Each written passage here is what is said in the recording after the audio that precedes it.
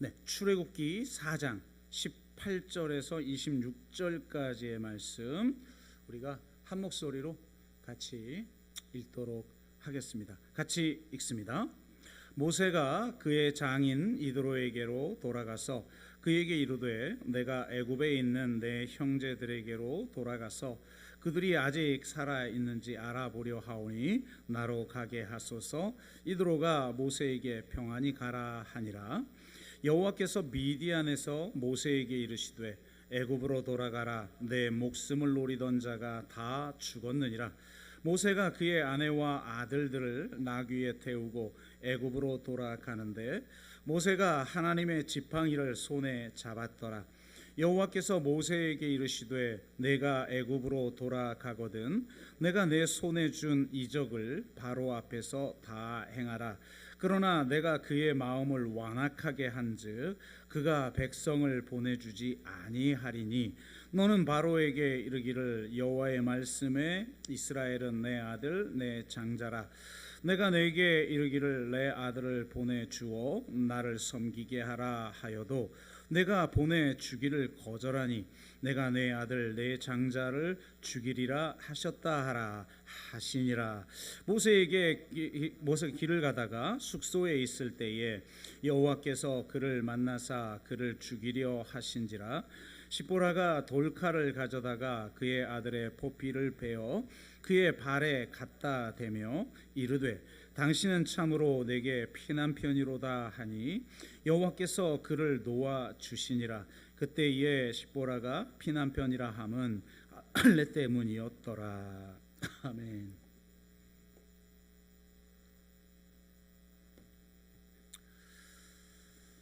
네. 오늘 본문은 크게 두 가지 내용인데요. 애굽으로 다시 돌아가는 모세에게 나타나셔서 바로 왕이 이러저러 할 것이다. 내가 이 바로의 마음을 완악해 할 것이고 그때에 이런 메시지를 전해라. 뭐 이런 내용입니다.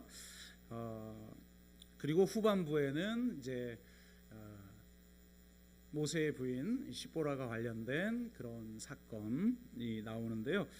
제가 두 가지를 다 준비를 해보니까 내용이 너무 길어져 가지고 일부 예배 때는 전반부에 있는 것들은 그냥 서론격으로 짧게 소개를 하고 이제 좀 잘라내고 설교를 했는데 그럼에도 불구하고 좀 일부 예배를 해보니까 좀 길어지는 것 같아서요. 아예 전반부 주제는 다른 때에 한번 좀 다룰 수 있도록 하고 다 잘라내고 우리가 오늘 제목과 관련된 주제만 좀 한번 다루어 보도록 하겠습니다. 오늘 본문은 이제 우리가 출애굽기 맛보기로 한번 설교하려고 했던 3장과 4장 전반부, 그러니까 모세가 소명을 받는 그런 장면이죠. 떨기나무 가운데 임재하셔서 모세에게 소명을 주신 그 사건에 대해서 먼저 나눴기 때문에 다시 거꾸로 돌아가서 1, 2장 우리가 같이 나눴고요. 다시 이제 정상적으로 오늘부터는 순서대로 하게 되는데요.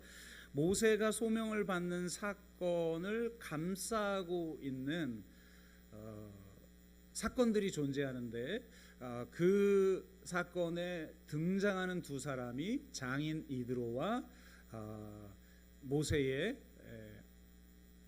부인 이제 시보라입니다.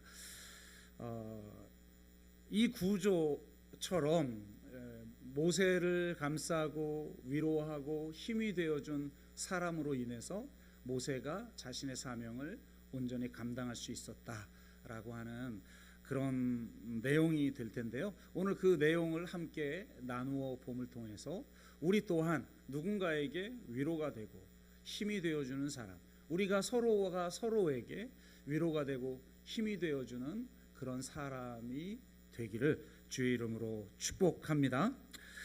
모세가 소명을 받는 가장 유명한 사건, 그 사건 앞에 보면 바로 앞에 보면 모세가 이제 왕자의 위치에서 미디안 광야에 이제 객이 되는 나그네가 되는 하강 이동에 대한 내용이 나오고, 그 이후에 미디안 광야에서 모세가 우물에 앉아 있는 장면이 나오게 됩니다.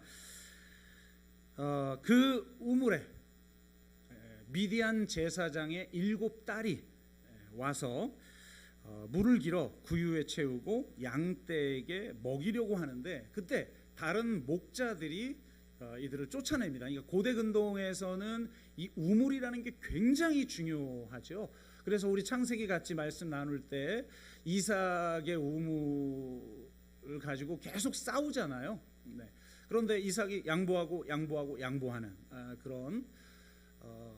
그런데 나중에는 더 이상 다툼이 없었던 이런 사건들을 통해서 우리가 이 우물을 놓고 매우 묘한 갈등 관계와 싸움이 많이 일어나는구나, 이런 것들을 알 수가 있는데, 여기서도 이 목자들이 그들을 내어 쫓아버려요. 그런데 마침 그때 우물가에서 이 장면을 목격하고 그 목자들을 쫓아내고 이 제사장의 7딸이 물을 길러 그 양떼를 먹일 수 있도록 도와줍니다. 그러니까 바로 이 우물가에서 운명적인 만남을 갖게 되고 바로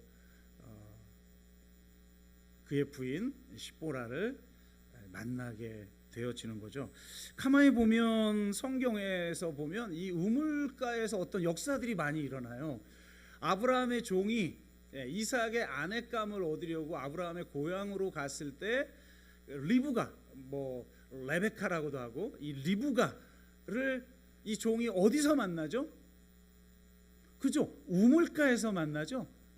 그래서 이제 리브가를 데리고 이삭의 아내가 되도록 하는 일을 합니다. 또 야곱이 형 에서의 낯을 피해서 바단 아람으로 도망가죠. 도망갔다가 운명의 여인 라헬을 어디서 만나죠? 그렇죠, 우물가에서 만납니다. 그런데 오늘 출애굽기에서도 이 모세가 이 운명의 여인 시보라를 우물가에서 만나요. 그러니까 아무래도 고대 근동에서는 이 우물가가 썸 타는 곳이었던 것 같아요. 요즘은 클럽에 가야 이런 썸을 타는데 아마 그런 역할을 이 우물가가 했나? 그래서 아예 이 우물가의 사건으로 이 예수님이 우물가에 있는 사마리아 여인과 대화하는 장면, 그러니까 썸 타는 곳이기 때문에 유대인이 사마리아 여인을 절대 우물가에서 서로 만나거나 대화할 리가 없는데 거기서 대화한다, 이렇게 해석하는 사람도 있더라고요. 그러니까 아주 묘한 곳인 거죠, 이 우물가는. 근데 가만히 보면 지금 창세기에서 계속된 이 운명적 만남이라고 하는 건 결국 아브라함과 맺은 그 언약의 성취의 사건이었다는 거예요. 그래서 하나님이 결국 이 모세를 통해서 이 우물가에 이런 역사를 주셨던 것은, 하나님이 왕자의 자리에서 저 광야의 나그네가 된다 할지라도 그와 함께하며 아브라함과 맺은 언약, 그리고 이스라엘과 맺은 그 언약을 신실하게 지키시는 하나님을 이 사건을 통해서 모세가 경험하게 된다는 겁니다. 여러분, 아무리 내가 왕자의 자리에서 광야의 나그네의 위치로 하강 인도한다 할지라도 하나님이 우리와 동행하고 계시고 하나님이 반드시 우리와의 약속을 지키시는 하나님을 반드시 기억하시기를 주의 이름으로 축복합니다. 그런데 이 운명적 만남을 가진 시보라가 오늘 모세의 소명을 받은 사건 이후에 바로 또 등장하게 됩니다. 오늘 우리가 함께 읽은 이 사건은 출애굽기에서도 가장 해석하기 어려운 본문으로 정평이 나 있습니다. 한번 제가 읽어드릴게요. 모세가 길을 가다가 숙소에 있을 때에 여호와께서 그를 만나사 그를 죽이려 하신지라. 시보라가 돌칼을 가져다가 그의 아들의 포피를 베어 그의 발에 갖다 대며 이르되 당신은 참으로 내게 피난편이로다 하니 여호와께서 그를 놓아 주시니라. 그때에 시보라가 피난편이라 함은 할례 때문이었더라. 이렇게 기록하고 있는데, 이건 우리뿐만 아니라 2000년 전 랍비들에게도 도대체 이 본문이 이해가 안 된다. 아니, 모세에게 이스라엘을 애굽에서 이끌어내는 그런 사명을 주셨는데 그 사명을 감당하려고 가는 중에 갑자기 모세를 죽이려고 한단 말이에요. 너무 뜬금없고 느닷없고 우리로서는 이 이유를 이해할 수가 없는 거죠. 하나님은 왜 이렇게 성질머리가 이러시지? 이런 생각도 들잖아요. 어떤 신학자는 그래서 하나님은 우리가 예측 가능한 것을 항상 넘어서는 분으로 우리에게 다가온다. 그러니까 인간이 통제할 수 없는, 그러니까 인간이 통제할 수 있는 이게 우상이죠. 우리가 왜 우상을 섬기느냐? 내 욕망을 실현할 어떤 신의 존재를 상정하고 내 마음껏 통제하기 위해서 우상을 섬기는 거 아니에요. 그러니까 통제할 수 없는 하나님, 도대체 우상으로 세울 수 없는 하나님임을 보여주는 것이다. 뭐 이렇게 해석하는 사람도 있어요. 그러나 여하튼 이해가 안 된다는 거죠. 왜 도대체 모세를 죽이려고 했을까? 이 불가해한 본문을 받아들이기 위해서 랍비들이 고투하면서 다양한 해석들을 내놓았는데요. 그 중에서도 가장 보편적으로 받아들여지는 해석만을 한번 소개해 드리겠습니다. 그 이유를 깨닫게 되는 단서가 26절에 이 할례라는 단어예요. 그러니까 지금 모세는 자식을 할례를 줘야 하는, 그러니까 율법에 보면 난지 8일 만에 할례를 하라고 했고, 율법이 제정되기 전에도 아브라함과 하나님이 언약을 맺으면서 자녀들에게 할례를 행하라 이렇게 이야기를 했잖아요.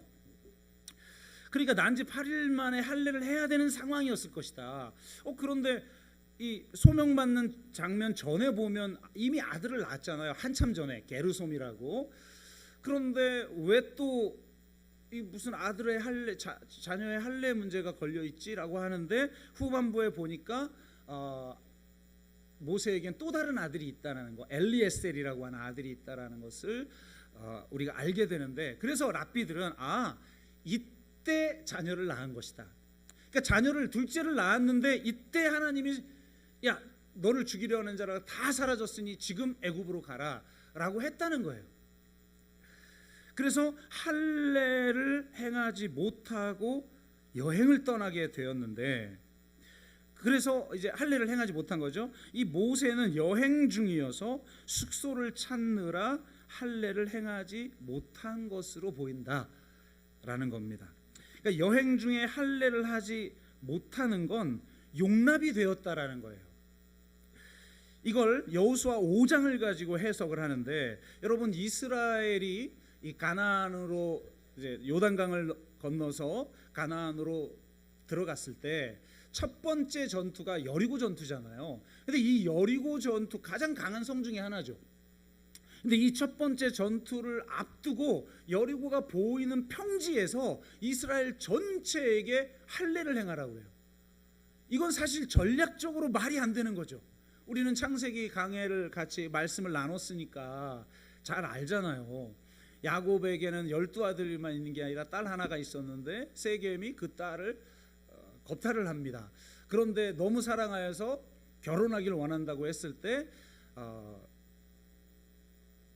우리는 할례를 행하지 않는 자들하고는 결혼을 하게 할 수 없다. 그렇게 이야기를 하니까 모두가 다 할례를 행할 때 야곱의 아들 중에 그 두 아들이 레위와 유다가 다 사람들, 왜냐하면 할례를 행했으니까 지금처럼 무슨 의술이 발달한 것도 아니고 움직이지도 못하고 누워 있으니까 가서 다 보복을 해야죠. 다 죽여버립니다. 그냥 콕콕콕 찌르고 그냥 간 거예요. 그러니까 그럴 상황이 벌어질 수도 있는데 그 앞에서 할례를 행하라고 그래요. 왜냐? 가나안에 들어가서는 반드시 할례를 행해야 된다. 근데 아니 그동안 왜 그럼 할례를 못했지? 그런데 성경에 여호수아 5장 7절에 이렇게 기록하고 있어요. 그들의 대를 잇게 하신 이 자손에게 여호수아가 할례를 행하였으니 길에서 그들에게 할례를 행하지 못하였으므로 할례 없는 자가 되었음이었더라. 그러니까 행진 중이어서, 순례 중이어서, 여행 중이어서 할례를 못했다. 이걸 하나님은 인정하셨다는 거예요. 그러나 이제 가나안에 들어왔으니 할례를 행하라고 하신 것이다. 이렇게 랍비들이 해석을 하여 이 여호수아 5장 7절을 근거로 모세의 이 이해할 수 없는 사건을, 행간을 읽은 거죠. 그러니까 지금 여행 중이기 때문에 할례를 행하지 않아도 됐다. 그런데 머물 수 있는 이제 숙소를 찾아서 이제 거기에 묵게 되었잖아요. 그렇다면 당연히 여행 중에야 할례를 행하지 않아도 되지만 숙소에 묵게 되었을 때는 이제 할례를 행해야 했는데, 어떤 이유인지는 알 수 없지만 랍비들은 아마 그 모세가 이때 아무 역할도 못한 걸 보면 거의 죽을 병에 걸려 있지 않았나? 그걸 하나님의 공격이라고 해석한 것 아닌가? 이렇게 해석하는 랍비들도 있었어요. 자, 그러니까 어쨌든 어떤 이유인지 우리는 알 수 없지만 모세가 이 할례를 소홀히 여긴 것처럼 보여요. 그러다 보니까 하나님의 공격이 있었다는 거죠. 우리는 할례가 그렇게 중요한 사람들이 아니니까 현대에 살고 있는 우리들에겐 이 문제가 별 문제가 아닌 것처럼 보이는데, 고대 사회에서 이 언약이라는 게 얼마나 중요한지, 우리는 외적인 어떤 그 권력 단체가 보증해 주는 시스템이 없으면 서로 약속을 잘 안 지키죠. 서로 막 말로만 해도 될 거를 우리 반드시 계약서 쓰잖아요. 그래서 제가 성도님들한테도 만약에 믿는 자들끼리 동업을 해도 반드시 동업의 내용을 계약서를 써라. 믿는 자들끼리 서로 믿어야죠. 그런 사람들이 꼭 깨지더라고. 그러니까 반드시 계약서를 써라. 근데 그 계약서 나 이거 쓴 적 없어 하고 배째라 그러면 어떡해요? 그럼 공권력이 투입이 돼야 되는 거죠. 그러니까 그런 시스템이 없는 한 우리는 약속을 잘 안 지키는데, 이 시대 사람들은 그렇지 않았어요. 그냥 돌 하나 갖다 놓고 막 언약을 맺고, 우리 창세기 읽어보면 그런 게 나오잖아요. 그래도 그걸 목숨 걸고 지키는 문화였다는 거예요. 그게 가능했던 시대. 언약은 생명을 건 상호 계약이에요. 율법은 목숨을 걸고 지켜야 하는 그 언약의 내용이었던 거죠.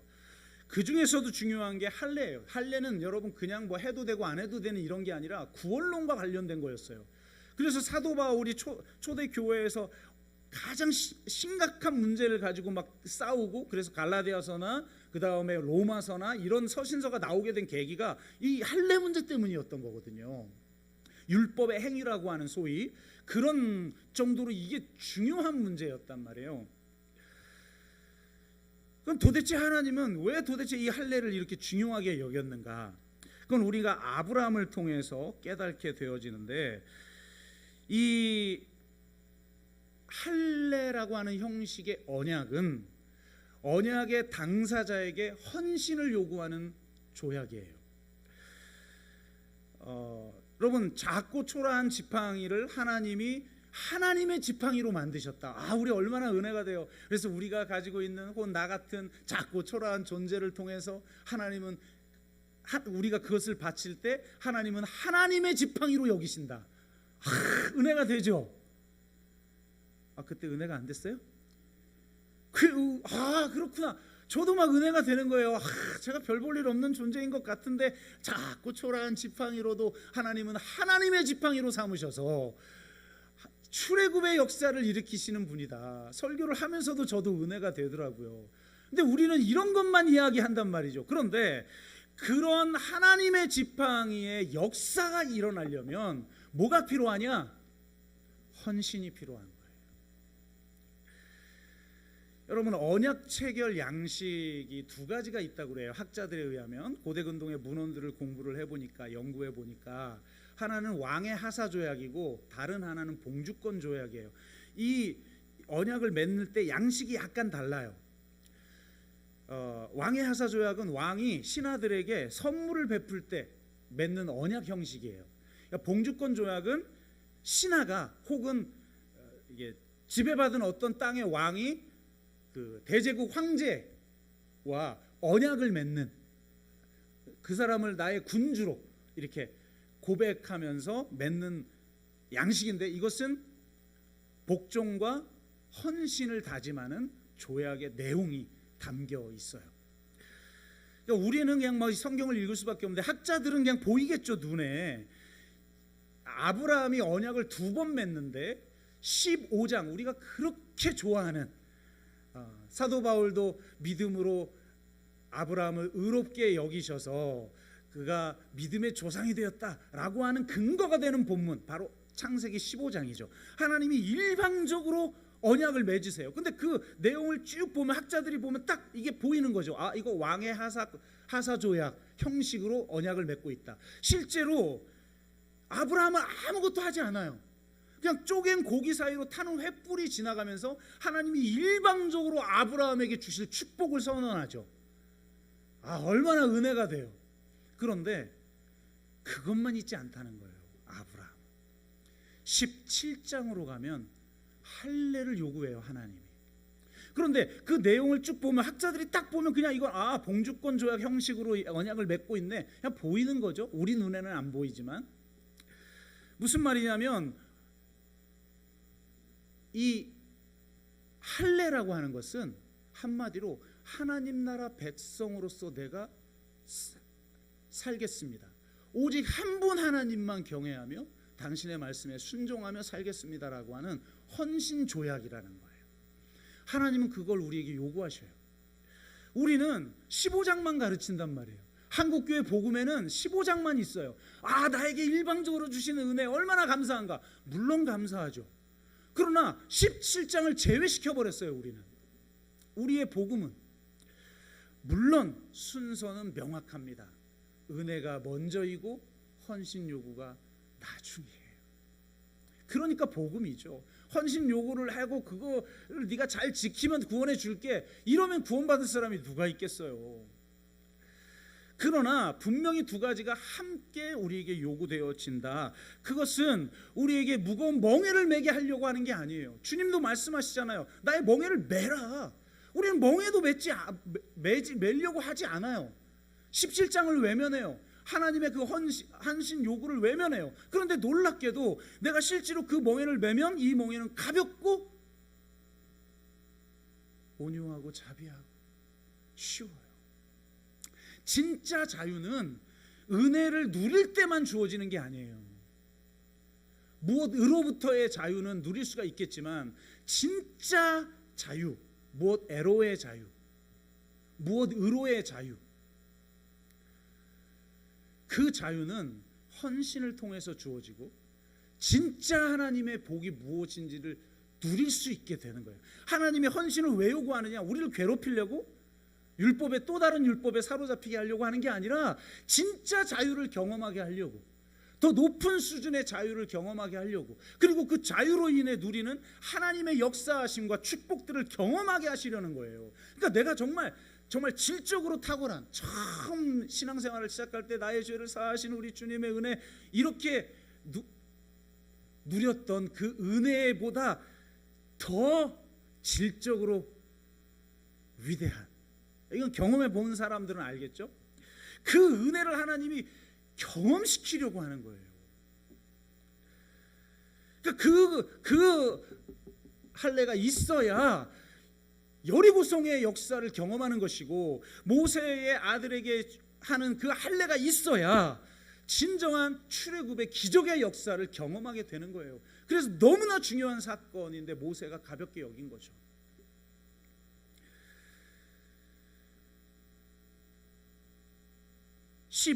창세기 15장 17장 사이에 묘한 일이 하나 일어나요. 하나님이 너를 통해서 큰 민족을 이루고 있고, 저 하늘의 별처럼 저 바다의 모래알처럼 너에게 큰 민족을 일으킬 것이고, 만국의 열방의 아비가 되고 막 엄청난 축복을 주셨단 말이에요. 그런데 참 이게 우리들이죠. 15장하고 17장 사이에 어떤 일이 일어나요? 바로 하갈을 통해 이스마엘을 낳는, 첫 하갈을 통해 이스마엘을 낳는 일을 합니다. 그러니까 참 믿음의 본질이 뭐라고 그랬죠? 견디는 것이다, 버티는 것이다, 이런 의미라고 하는데 못 기다린 거죠. 그래서 결국 우리가 그 유명한 말이 나오잖아요. 기다리면 이삭이고 서두르면 이스마엘이다. 내 인생의 열매를, 이삭의 열매를 맺을 것인가, 이스마엘의 열매를 맺을 것인가. 그럼 결국은 언약을 어긴 거죠.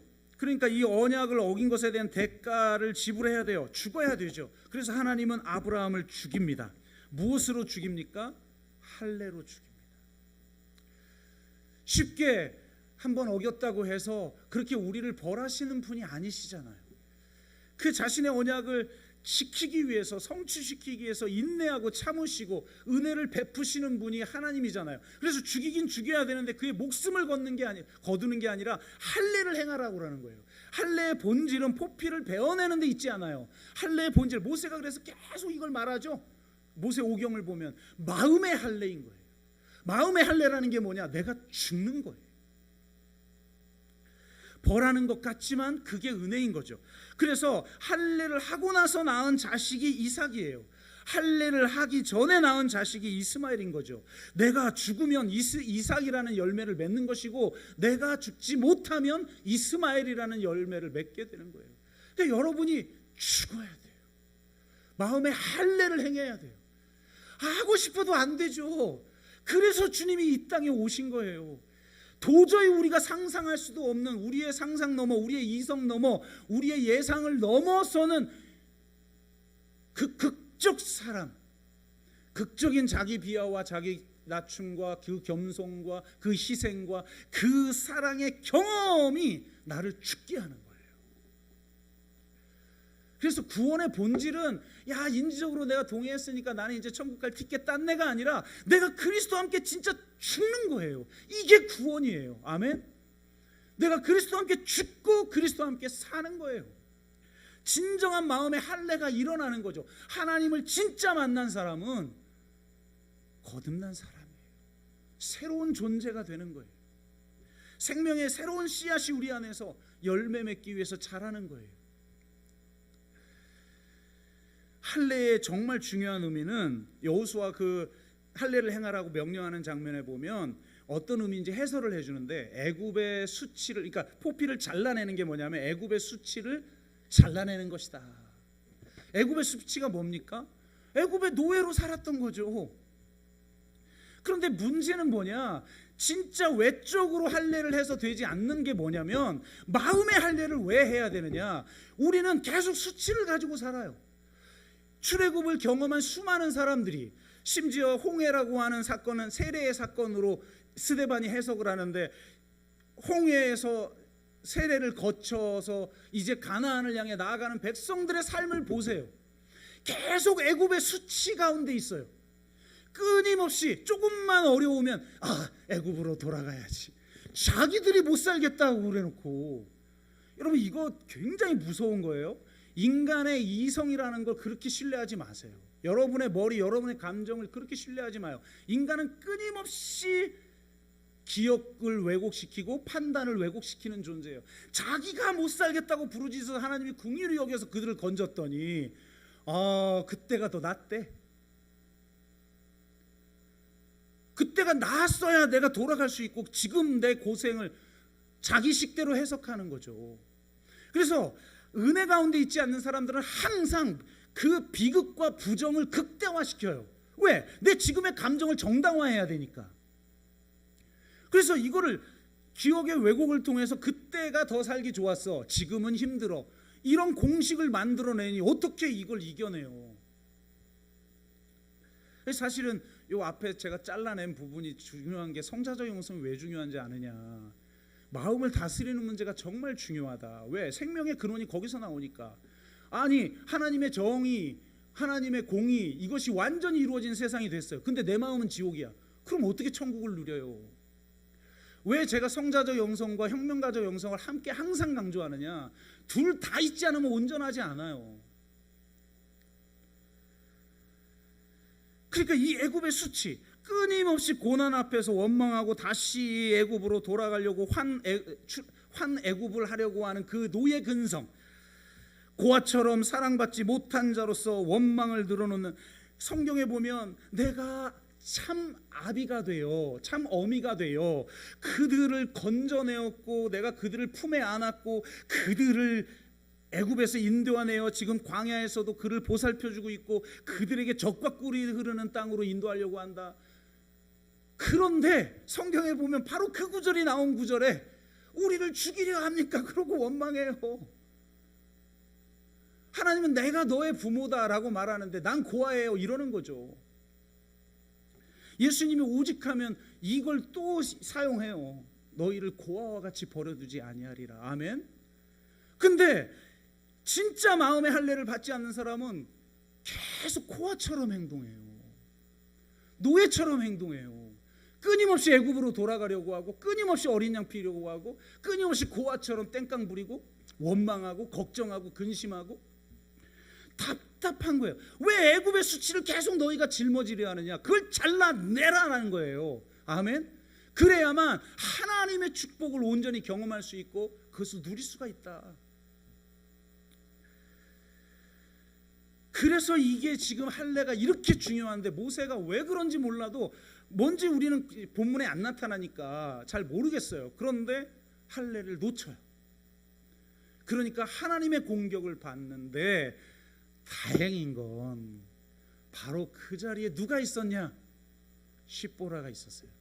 사실 하나님이 모세를 사용했지만 가만히 보면 역사상 가장 위대한 지도자라고 하는 모세, 모든 세상의 모든 사람들보다 온유함이 승하다, 더 탁월하다라고 평가할 정도의 사람임에도 불구하고 실제로 그도 수많은 실수를 저지릅니다. 이 가장 랍비의 해석이 맞다면 너무 결정적인 거죠. 하나님이 할례를 행하라고 하는데 그걸 안 해? 그걸 소홀히 여겨? 그런데 바로 그 옆에 십보라가 있었어요. 이거는요, 잘 보세요. 이게 왜 하나님이 공격하지 우리도 잘 모르겠어서 랍비들이 그렇게 몇백 년 동안 고민한 결과를 지금 우리가 소개하는 건데 이걸 알아챈 사람이 있어요. 십보라. 아, 지금 하나님의 공격은 이것 때문이구나라는 걸 알아채는 사람. 그러니까 우리가 때로는 영적으로 무감각해져서 하나님의 공격을 유발할 수 있는 어떤 선택을 하며 살아가기도 하죠. 우리가 그렇게 연약한 존재들이에요. 그런데 진짜 축복은 뭐냐? 바로 그 곁에 이 상황을 영적으로 파악해낼 줄 아는 사람이 옆에 있느냐? 이게 진짜 중요한 거예요. 내 인생에 가장 중요한 거예요. 십보라가 알아차려요. 그래서 바로 돌칼로 아들의 포피를 베고 그 포피를 벤 걸 가지고 모세의 발에 대요. 마치 피를 바른 것처럼, 유월절 어린 양의 피로 그 문설주에 바른 것처럼 그렇게 되고 나서 뭐라고 말하냐? 당신은 나의 피남편이다 이렇게 선언하자 여호와께서 놓아주십니다. 유월절 어린 양의 피를 보고 죽음의 사자가 넘어간 것처럼 이 피를 보고 모세를 죽음의 위기에서 건져낸 그런 사건. 그래서 당신은 나의 피남편입니다. 이건 이 피로 당신 생명 구했어. 어떻게 보면 넌 내 거야 이런 것 같기도 하고 이게 영적인 관계라는 겁니다. 내가 연약하여서 하나님의 역사를 경험하기 위한 어떤 조건을 만족시키지 못할 때가 있어요. 심지어 하나님의 공격을 자초하는 어떤 선택들을 하면서도 살 수 있는 존재들이에요. 우리가 그래요. 모세가 그렇다면 우리는 더하죠. 그럴 때 우리에게 필요한 사람들, 그런 사람이 우리에게 필요합니다. 십보라가 나서지 않았다면 모세는 죽었을 거예요. 모세처럼 우리도 누군가의 도움을 통해 이 자리까지 왔다라는 사실을 기억해야 해요. 내가 잘나서 여기까지 온 것 같죠? 그렇지 않다는 겁니다. 제가 책을 쓰기 위해서 최근에 읽은 것 중에 하나가 이 트라우마와 관련된 그런 내용인데요. 트라우마가 워낙 유명하죠. 우리는 뭐 아무데나 막 트라우마, 나 트라우마 생겼어요. 아니 그런 걸로 트라우마 생기면 어떻게 살아 인생을? 아무데나 갖다 붙이지 마세요. 트라우마 겪은 사람들 글 읽어보면 아니 어떻게 인간이 이러지? 그 가해자들이 아니 이게 인간일까? 그리고 또 이런 걸로 겪고 어떻게 살아남았지? 그래서 피해자를 단순히 피해자라고 말하지 않죠. 트라우마학에서 생존자, 남겨진 자들. 이 남겨진 자들에게 예수님이 부활해서 나타나잖아요. 생존자들에게. 그러니까 이 트라우마학을 알지 못하면 이 나중에 십자가 사건과 부활 사건을 제대로 이해할 수 없단 말이에요. 그래서 이제 읽는데 이 트라우마를 겪고 있는 사람, 트라우마로 인해서 더 정확하게 말하면 트라우마를 겪는 게 아니라 트라우마를 겪은 후 외상이 트라우마죠. 외상 후 스트레스 장애, 이게 PTSD를 겪고 있는 사람들의 증상을 보면 너무 다양해요. 근데 시간상 제가 좀 넘어갈게요. 어쨌든 엄청난 과거에 사는 거예요. 그 트라우마를 겪고 나면 시간이 흐르지 않고 그것이 플래시백이라고 그러죠. 지속적으로 반복되어서 나는 항상 과각성 상태에 놓이게 돼요. 이게 얼마나 참 불행한 삶이에요. 그리고 모든 관계가 끊겨요. 단절. 두 번째 증상이 단절인데 어느 정도는 얘기해야 되겠구나. 그러니까 모든 기본적인 인간관계에 대해 의문이 생기죠. 가족, 우정, 사랑 그리고 공동체에 대한 애착이 다 깨져버려요. 그래서 삶을 내가 유지하도록 만드는 그런 가정들 있죠. 세상은 안전해. 나는 가치 있어. 우리 세상에는 어떤 유지되는 어떤 질서, 가치 있는 질서들이 있는 거지라고 하는 그 가정들이 완전히 깨져버려요. 세 번째가 속박인데 도리어 가해자에게 속박당해 살아요. 이게 무서운 거죠. 진짜 나쁜 가해자는요, 단지 피해를 끼치는 가해자가 아니에요. 피해자로 하여금 그 악을 스스로 선택하도록 만드는 자들. 그러니까 수동적 노예가 아니라 능동적 노예로 만드는 악한 가해자들이 있어요. 그래서 이 PTSD를 겪는 사람들은 매우 수동적이고 무기력하고 어떤 속박에 계속 매여 살아요. 안타까운 거죠. 스스로 그 속박을 선택하면서 살아요. 근심, 걱정, 원망, 불신, 미움 이런 거에 그냥 계속 거기에 묻혀 사는 거예요. 안타깝죠. 애굽의 수치죠. 이걸 어떻게 치유하느냐? 세 가지가 있다고 그래요. 첫째는 가장 중요한 게 안전을 확립해야 된다는 거예요. 안전. 두 번째는 기억하고 애도하는 것인데 그러니까 안전을 확립한다라는 건 그 환경적으로도 그렇고 자기 통제감을 회복할 수 있는 어떤 환경을 말하는 거죠. 그리고 두 번째는 기억과 애도인데 자기의 사건을 언어로 표현할 수 있도록 도와주는 거예요. 우리 그런 말 많이 하잖아요. 내가 살아왔던 얘기를 하면 소설 한 권은 써요. 그러지 않은 사람이 어디 있어? 여기 계신 분들 소설 쓰면 재주가 없어서 못 쓰고 있지. 쓰면 소설 한 권이 뭐야? 시리즈 전집 나올걸요? 그죠? 다 그렇죠. 근데 그걸 표현할 수 없어요. 그걸 표현할 수 없으면 언어화하지 못하면 계속 그 공격을 받게 되는 거예요. 그래서 언어화하되 재정의할 수 있도록 돕는 거예요. 과거의 상처, 그 아픔으로 끝나는 게 아니라 의미 없는 나에게 있어서는 안 될 어떤 일로만 여겨졌던, 그리고 그 사건이 끊임없이 나를 계속 공격하도록 방치하고 있는데 그거를 재해석해내고 재정의하여 새로운 스토리로 만들어낼 수 있도록 도와주는 과정이 필요하다는 거예요. 그리고 충분히 애도하도록 하는, 마지막은 일상과 다시 연결하도록 하는 거죠. 위험과 싸우는 방법을 배우고 자신과 화해하고 다른 사람과 연결하고 자신의 임무를 발견하는 거죠. 우리식으로 말하면 소명을 발견하도록 하여 그렇게 살아가도록, 의미 있는 삶을 살아가도록 해주는 것, 그렇게 연결시켜주는 역할. 이럴 때 트라우마가 치유된다는 거예요. 근데 가만히 보니까 이 세 가지 요소 중에 이 사람들이 그래요. 결국 누가 트라우마에서 항상 평생 안고 살지만 그래도 감당 가능하도록 내가 다스리면서 외상 후 성장이라는 걸 누가 그런 걸 겪냐? 바로 이 과정을 함께 해줄 사람, 이 과정을 동반자적 관계로 함께 해줄 공동체가 있느냐 없느냐가 이 사람이 그 트라우마에서 벗어나느냐 벗어나지 못하느냐를 결정한다는 거예요. 정말 중요하죠.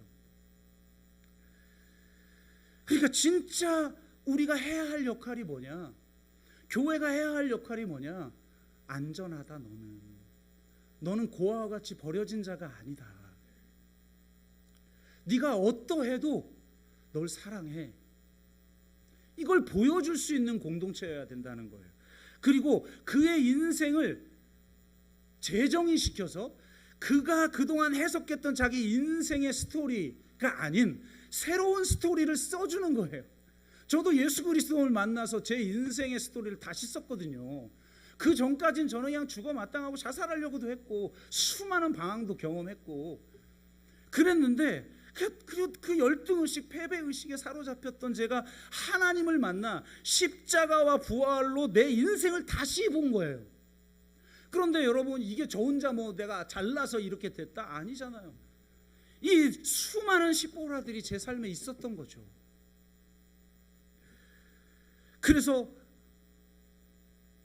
자신의 인생의 이야기를 새로 쓰고 그 사람이 자기 인생의 의미를 만들어가는 자신의 인생의 소명을 발견하고 멋지게 살아갈 수 있도록 도와주는 그런 역할을 하는 사람이 존재해야 하는 것입니다. 모세 같은 위대한 사람도 바로 이런 사람들을 통해서 새로워졌어요. 다시 시작할 수 있었어요. 제가 목회를 하면서 너무 영광스러운 것도 많이 경험을 했고, 그렇지만 가장 슬픈 거는 뭐냐면 인간에 대한 신뢰가 깨졌다는 거예요. 개척 초반에 너무 도대체 말도 안 되는 한 4, 5년 동안은 어떻게 이럴 수가 있는 거지? 라는 일들을, 물론 어떤 분들은 저 때문에 그런 것들을 겪을 수도 있죠. 그래서 제가 미안하기도 하고. 그러나 어쨌든 그걸 겪으면서 인간에 대한 신뢰가 제가 깨져버렸어요. 환멸? 인간에 대한 환멸 같은 거?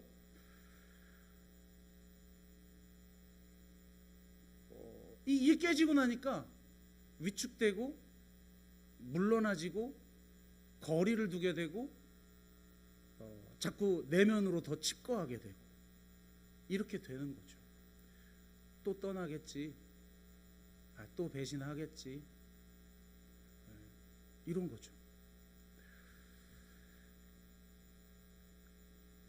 그러다 보면 하나님의 소명에 적합한 선택이 아닌 모세와 같은 선택을 할 수도 있다는 거예요.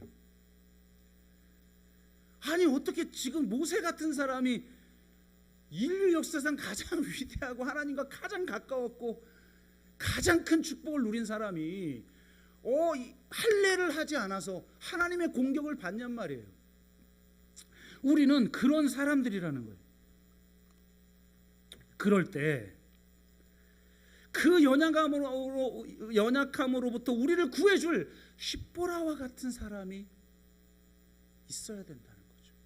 도무지 인간을 신뢰할 수 없게 된 저에게 그 동굴에서 한 발짝 나오게끔 한 사람들이 있었다는 거예요. 위로를 하고 힘이 되어준 사람들이 있다는 거죠. 그 사람들이 대단하거나 위대한 게 아니에요. 위대한 건 모세였죠. 십보라가 그렇게 위대한 사람이거나 그 이후에 무슨 업적을 남기지도 않았어요. 이후에 나오지도 않아요.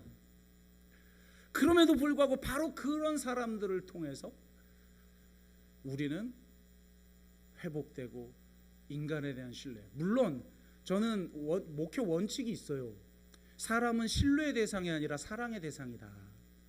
신뢰하려다 보면 실망하니 오직 사랑할 뿐이다. 이게 목회의 대원칙이죠. 그런데 그래서 사랑했고 십자가의 사랑, 하나님에 대한 신뢰로 그냥 버텼지만 실제로는 버텨낸 거지 하나님의 불꽃을, 사랑의 불꽃, 소명의 불꽃을 가지고 적극적으로 한 그 열정이 사그라들어 버렸단 말이에요. 그런데 그 열정과 그 불꽃을 다시 불러일으키는 사람들, 십보라와 같은 사람들, 그런 사람들로 인해서 그 동굴에서 나오고 사람을 신뢰하게 되고 그렇게 되는 거라는 거죠. 그러므로 우리가 서로에게 해줘야 할 가장 중요한 역할은 십보라의 역할이에요.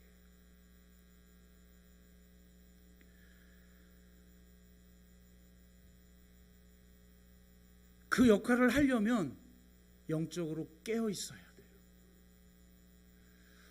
모세조차도 알아차리지 못한 걸 알아차리고 그 역할을 해주어 모세의 목숨을 구원해낸 사람들. 그래서 우리가 항상 영적으로 깨어 있기를, 주님, 제가 영적으로 깨어 십보라의 역할을 감당할 수 있는 사람이 되게 하여 주옵소서. 우리 모두가, 왜냐? 나는 십보라와 같은 역할을 할 수도 있고 언제든 다시 모세처럼 하나님의 공격을 유발시키는 그런 선택을 하면서 살아갈 수 있는 존재들이기 때문에 그런 것입니다. 저와 여러분이 서로에게, 또 여러분과 여러분이 서로가 서로에게 그런 십보라의 역할을 해 주시기를 주의 이름으로 축복합니다. 아멘. 우리가 한번 같이 찬양하고 기도합시다. 그리고 반주하는 동안 하나님은요, 직접적으로 우리에게 나타나 역사하시는 경우는 여러분의 인생에 많지 않아요. 물론 저는 그런 경험들이 여러분보다는 좀 많이 있죠. 그래서 목회를 하는지도 몰라요. 그러나 사실 그런 극적 체험은 여러분 평생에 뭐 한두 번 있을까 말까 할지도 몰라요. 그럼 어떻게 하나님이 나와 함께 하시는지를 아는가? 아, 하나님이 나와 함께 하시는구나 라는 걸 보여주는 사람들을 통해서 하나님은 우리와 함께 하세요. 하나님은 사람을 통해 사람과 함께 하는 존재예요. 그러니 그걸 알게 하기 위해서 우리에게 아들의 피를 바르시고 너는 내 피 자녀라고 선언하시는 그 십자가의 사랑 가운데 더욱더 머무시고, 그래서 누군가에게 임마누엘 하나님, 당신을 고아와 같이 버려두지 아니하고 당신과 함께하는 하나님이 계신다라는 것을 보여줄 수 있는 십보라들이 다 되시기를 주의 이름으로 축복합니다. 우리가 한번 같이 임마누엘이라는 찬양, 최근에 신곡으로 우리 1부 예배 때는 좀 많이 불렀는데 한번 2부 예배 때도 같이 부르기를 원합니다. 같이 찬양.